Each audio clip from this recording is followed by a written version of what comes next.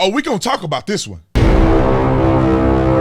This video is brought to you by The Officer Tatum Store. The Officer Tatum Store. Get the merch link in the description section. Like and subscribe to the channel. Hit the bell so you get notification anytime I go live and make a video. Make sure you still subscribe to my channel. Like this video. Comment on this video. Share this video.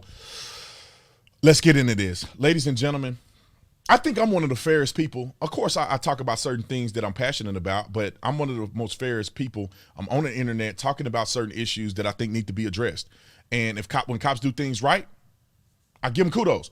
When they do things I perceive as wrong, I criticize them. When there's something that's ambiguous, I tell both sides that it can be this way or that way and give you the decision-making to figure it out on your own. However, let's talk about this situation that occurred, I believe, in Detroit, where you see a person actively shooting out in front of the police officers.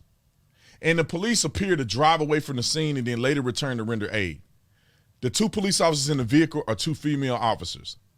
There are like 15 things that I see here that I need to talk about. And we're going to talk about at least 4 of them. The elephant in the room, we're going to talk about all of them. And do I think these officers are 100% bad? I think it looks 95% bad. But there could be an explanation why they did what they did. And there also could be some incompetency that's separate from, you know, a logical response to what they did. There could be some incompetency, which I've seen it happen numerous of times. These affirmative action hires, people should not be police officers. But I'm not saying this is the case, but we're going to talk about all of it. But before I get into running my mouth too much, I want you to watch the film, and we're going to go over this case and what it means. All right, roll the film. In question are off the street. The men involved in that shooting still on it. A Detroit cop is so. This is a cop car that we're looking out of. These people are so thuggish, ruggish bone, that they shoot a man in front of the police officers. Now, the video does not show the actual shooting, YouTube. So don't demonetize the video because it ain't showing nothing. It shows a man pulling a gun out, another man running down the street. All right? So, but these people pull up right in front of patrol car with the bumpers on it. You can see the bumpers.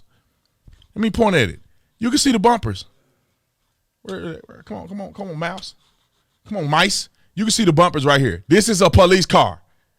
These Negroes don't care nothing about their life. They don't care nothing about, there ain't no government program. There ain't no stimulus package. There ain't no GoFundMes. There ain't no, we need to build a community and make it. These people don't give about none of that. They need to go to jail, and maybe God will judge them in the end, but they need to go to jail. There's no social programs that can help people like this. They pull up on a dude in front of the cops and shoot at the man. He got hit a couple times. Suspended, another on medical leave after apparently fleeing the scene of a shooting that unfolded right in front of them. Sources tell me it happened near Schoolcraft in Greenfield back on June 30th. This incident is troubling. And it is unfortunate, and it's not consistent with our training. It's also not consistent with the expectations that are set by myself and my command team. Now, have you noticed something? They always talking about the police department is a racist institution. It's a white supremacist institution. This is like the 4th or 5th black police chief that I've made videos about. The last one is in D.C. D.C. Metro Police Chief is a black man. Detroit, a black man. Chicago, they call him the I forget what they call him, but he's the Chief Brown in Chicago. The commissioner, I think they call him the commissioner. But you're talking about the highest crime ever in the history of our country. The chief of that police department. Now I know he got in that situation to try to turn it around. He's black. Detroit, out of control crime. You got black people shooting people in front of the cops. The chief is black. DC Metro. DC is mostly black, like a largely black population. A lot of the DC cops are black. Crime out of control. The chief is black. Where's your white supremacy? But I'm not, he's going to go on and give his little explanation. The cops left the scene. You saw it. So let me talk about it. 2 female officers. There's 2 sides to look at this. One side is that female officers in many of these cases, are not eligible to be police officers. However, they thrust them into policing because they want it to be equal rights and everybody should have a fair opportunity. But some of these women are not built for this. This is a man's game. There's a few women that can do it, but this is a man's game. And they thrust women into it because they want diversity and all this other stuff. There could be a scenario, and I've seen it, cowardice within female police officers. Not all of them, not you. If you getting in your feelings and you ain't a coward, I'm not talking about you. I'm talking about the other girl that you know is a coward that you don't want to go to a call with because you know they punking out. So they flee a scene of a shooting. Probably there's a situation that could be that they're cowards. They're afraid. They don't want no smoke, and they fled. Now, that could be a scenario. Also, there could be a scenario of people fearing ambush. Let me go back to this video footage. They do this right in front of the cop. Look like he looked right over at the police car. How do you know that these people, these females, could be top-notch elite SWAT members who are saying, we're going to get ambushed? Why we shoot it out with a guy who have an AR and we sitting here with pistols in our hands? Let's get up out of here so we don't get ambushed. We ain't got nothing to do with this guy and the beef between him and Sharon. Sharon and them must got some beef. This is probably not an innocent bystander, a man just walking his dog down the street at midnight. This is probably a gang member and a gang member. He probably got more bodies on his record than they got. And why would you get shot and ambushed to save him?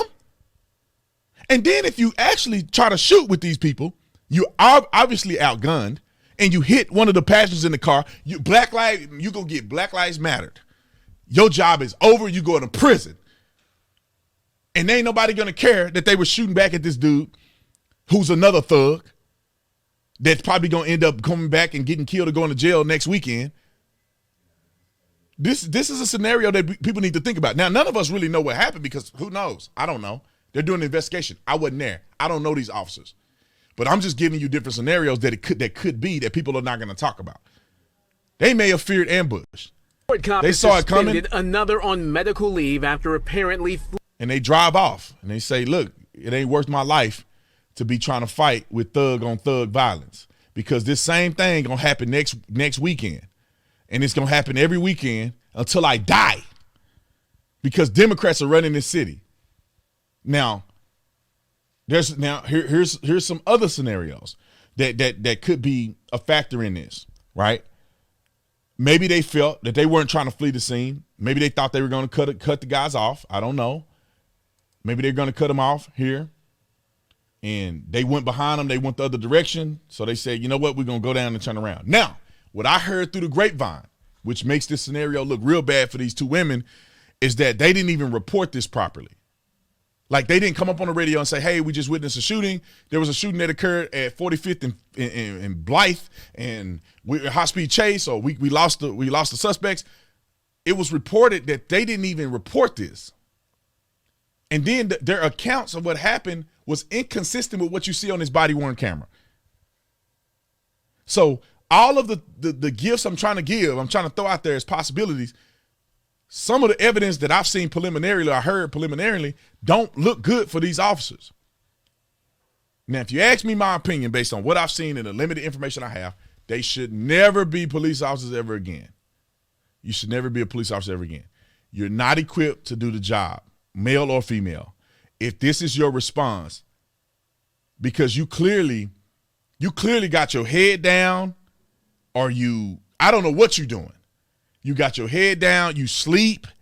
I don't know what you're doing, but you should be sitting here observing the dude walking and these people driving up on him with ski masks on. They ain't even got tent on the car. This is a glass house. You can see the driver looking at him, the passenger looking at him, and then the dude, while he's shooting, he turned and look at the cops. Look like he turned his head. Everybody looking at the cops, and you don't know what's going on. You should be ready to go. You should be getting out the car, returning fire at these individuals. And if you strike one of these people in the head, so be it. You was defending his life, you defending your life, and you can even argue that you was getting ambushed because nobody knows what they're going to do after they shoot this guy. So I think they should get fired. They should never be police officers again. Now, let me give you a last scenario. Let me give you a last scenario. There could be fear. And I should have said this at the beginning because this is something I was talking to my wife about. There could be a level of fear that I'm white. I wonder if these officers are white. They white, they black. No matter what you do, you wrong. No matter what you do, you're going to be a Black Lives Matter, going to burn down this little mom and pop right here because Thuggy McThug shot this guy. Nobody cares that he shot the other black man. They only care about the police officer shooting somebody in his car who probably had 450 felony charges, and the guy in the front had 350, and the guy in the back killed 55 people, and they still looking for him, and the guy that got shot killed 35 people. Nobody cares about those numbers. They're only going to talk about the white police officer who shot the black man who had a gun in his hand. And they're going to say, but it wasn't loaded, but it jammed. It jammed. Why did she shoot him and his gun jammed? Like somehow she can see into the barrel of his gun and see that it jammed. So maybe they're not too incompetent. Maybe they lied and was deceptive because they're afraid of the rhetoric that's pushed out here. If they're white, maybe they're afraid. I don't know. We're going to find out soon. But I had to give some commentary on this. I thought it was crazy when I saw it. I said, no way. Just like the other video where the cop was running down the stairs. He was out of there. I think he went and got some donuts after that. He left the scene. And in some cases, I'm gonna be honest, they shouldn't be cops anymore because you can't do this. I don't care what the rhetoric is around the country and whether you fear or whatever. Just quit then. If you're that afraid that if you make a mistake, they're gonna fire, you need to just quit because you're gonna get yourself killed, you're gonna get somebody else killed. You gotta be all in. No matter what they say, you all in. When I was a cop, no matter what Barack Obama said, I was all in. I'll just go to jail. I'd rather be judged by a jury than be carried by my peers. My wife, I wasn't married at the time, but my family ain't finna carry me in no casket. I'd rather try my chances in the jury pool than get smoked because I'm worried about what people are saying. No, that ain't happening to me. I'll go to jail. I'll go lay down. You ain't finna take my life. I'd rather lay down. I think I'd like my chances of winning this case at some point. So don't be a police officer. Quit the job today and go apply to QT. You probably make more money at QT than you make as a police officer anyway. Don't put yourself in a situation where you're being a coward, running and fleeing and doing all this stuff. Don't do it. Just don't do it. But at the same time, I can see how people who are probably cowardice in their heart, how they can end up falling into this because of the rhetoric. But this is not, this is what you create when you bash police officers and you defund them and all this other stuff. You create this agenda. These people are so bold to just shoot people in front of the cops, and cops are afraid to do anything because they're going to get counseled. And the police chief going to throw them right in the bus. You see them talking that good talk right now. If they had shot this man, this same black man that's out here talking probably be throwing him under the bus. This is not the way we do business in our agency. We believe in the diversity. We believe in equal rights and opportunities for everybody. And this is not the way we do business out here. We need to build our relationships in the community. And once we build a relationships community, policing needs to change. There's a lot of things that we need to change in policing. It's a systemically issue. That's exactly what he'll be saying if they had shot him. Because you know what? He got a big old pension. His pension is crazy. He probably got a 6-figure pension. And he ain't finna mess that up for no white police officers who BLM is gonna burn the city down if he don't do what they tell him to do. Would you? You've been working for 40 years and you about to get a 6-figure pension. They're gonna pay you 6 figures for the rest of your life. I don't know about Detroit because they probably bankrupt, but they're gonna pay you for the rest of your life. What are you gonna do here? You're gonna take the side of this rookie police officer. You're going to take your pension and go lay down. Yeah, you probably going to take that pension. You can't trust these people, man. And I'm not saying this guy's that example, but I'm saying that these things happen, and that's the reason why some of these police chiefs are so cowardice and why they say what the mainstream media want them to say, because they're trying to finish strong. They already got a department pension. They want a chief's pension. There's 2 different pensions. You can retire from the police department and get you a pension, and you get a chief's pension. All you got to do is be a chief for 5 years. I don't know if they changed it up. When I was a police officer, my daddy was pursuing the same thing. My daddy got his big, fat, crazy pension. For the rest of his life, you're going to be paying him a lot of money. And then he went to become a chief, and if he had 2 more years, if he would have stayed for 2 more years, he would have got a chief's pension on top of his regular pension. Big money. I like it. That's what it would have been. But anyway, I love you guys, man. Y'all tell me what you think. You tell me what you think. Is B. Tatum wrong? Is our officers are complete incompetent officers? Is this police chief the greatest police chief ever? Y'all let me know what you think. Like and subscribe to the channel. Visit the Officer Tatum store. Police lives matter. Go on and support that mission. It feels good to walk around with this shirt on and I see police officers and I'm like, yeah, I support you. That's what it is. Anyway, I love you guys. I appreciate you, man. I'll see you on the next one. I'm out.